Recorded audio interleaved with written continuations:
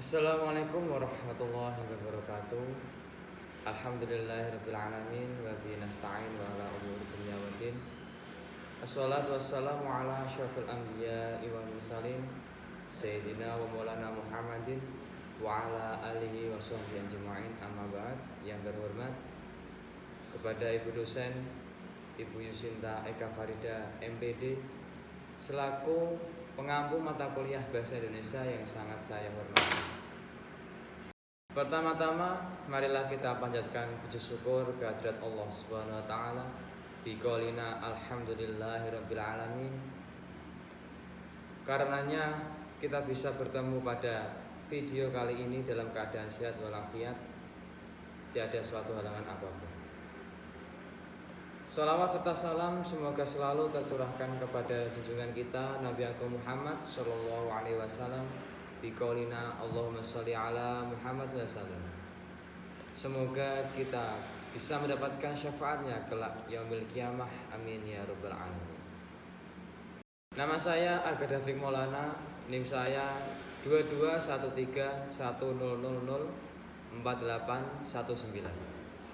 Saya dari Prodi Pendidikan Agama Islam, Fakultas Tarbiyah dan Ilmu Keguruan Universitas Islam Nahdlatul Ulama Jepara.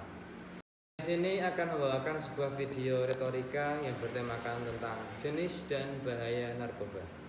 Untuk penjelasannya, mari kita simak.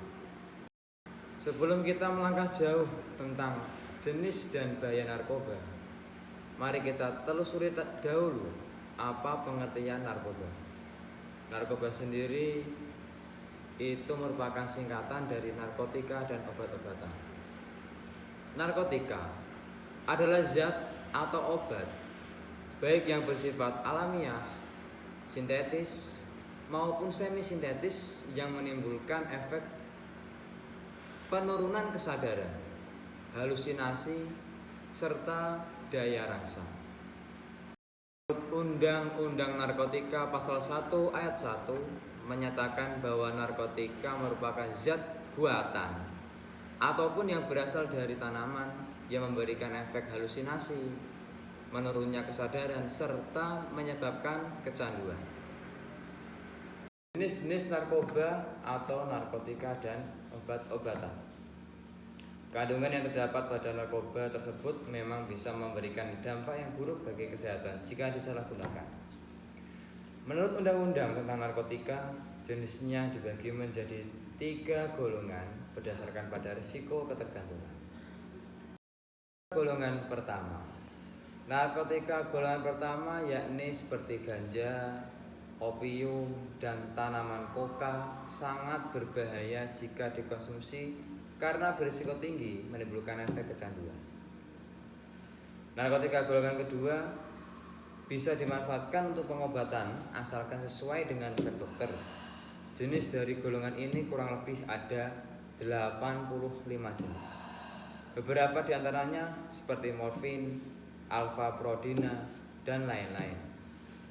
Golongan 2 juga berpotensi tinggi menimbulkan efek ketergantungan. Dan yang terakhir, yakni narkotika golongan yang ketiga, memiliki resiko ketergantungan yang cukup ringan dan banyak dimanfaatkan untuk pengobatan serta terapi. Yang sudah disebutkan tadi, ada beberapa jenis narkoba yang bisa didapatkan secara alami, namun ada juga yang bisa dibuat melalui proses yang rumit atau melalui proses kimia. Jika berdasarkan pada bahan pembuatannya, jenis-jenis narkotika tersebut diantaranya adalah yang pertama, narkotika jenis sintetis. Jenis yang satu ini didapatkan dari proses pengolahan yang rumit. Golongan ini sering dimanfaatkan untuk keperluan pengobatan dan juga penelitian. Contoh dari narkotika yang bersifat sintetis seperti ini adalah contohnya amfetamin, metadon, dexamfetamin, dan sebagainya. Narkotika jenis kedua yakni jenis semi sintetis. Pengolahan menggunakan bahan utama berupa narkotika alami yang kemudian diisolasi dengan cara diekstrasi atau memakai proses lainnya. Contohnya adalah seperti morfin, heroin, kodein, dan lain-lain. Narkotika yang ketiga yakni narkotika jenis alami. Ganja dan koka menjadi contoh dari narkotika yang bersifat alami dan langsung bisa digunakan melalui proses sederhana. Karena kandungannya yang masih kuat, zat tersebut tidak diperbolehkan untuk dijadikan obat. Bahaya narkoba ini sangat tinggi dan bisa menyebabkan dampak buruk bagi kesehatan jika disalahgunakan. Salah satu akibat fatalnya adalah kematian.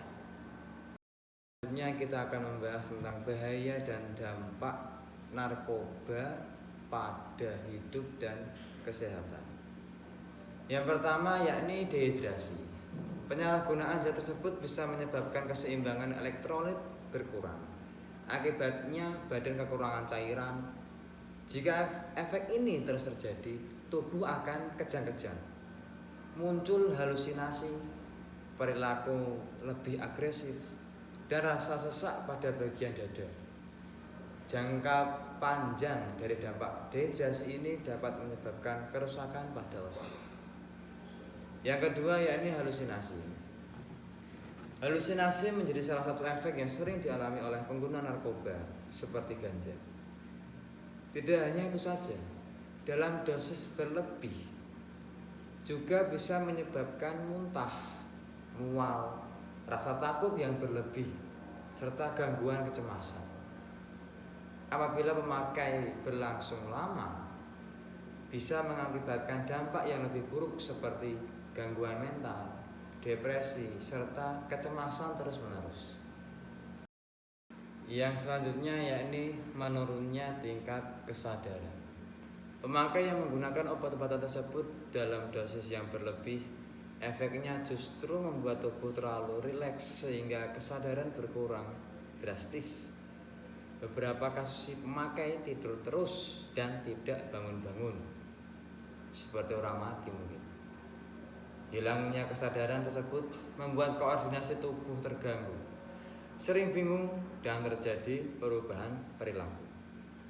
Dampak narkoba yang cukup beresiko tinggi adalah hilangnya ingatan sehingga sulit mengenali lingkungan sekitar. Yang selanjutnya yakni kematian. Dampak narkoba yang paling buruk terjadi jika si pemakai menggunakan obat-obatan tersebut dalam dosis yang tinggi atau yang dikenal dengan overdosis. Pemakaian sabu-sabu, opium, kokain bisa menyebabkan tubuh kejang-kejang dan jika dibiarkan dapat menimbulkan kematian. Inilah akibat fatal yang harus dihadapi jika sampai kecanduan narkotika. Nyawa menjadi taruhannya. Yang terakhir yakni gangguan kualitas hidup.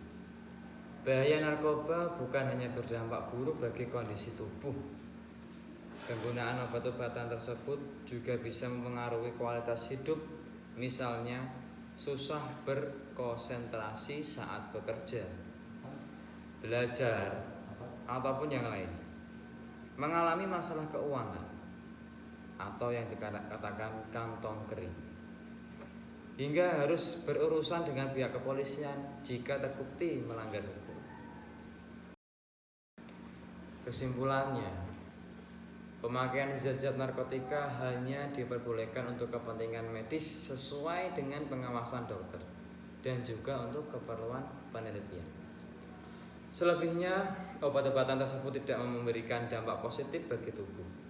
Yang ada, kualitas hidup menjadi terganggu, relasi dengan keluarga kacau, kesehatan menurun, dan yang paling buruk adalah menyebabkan kematian. Karena itu, jangan coba-coba memakai barang berbahaya tersebut, karena resikonya sangat tinggi bagi hidup dan kesehatan.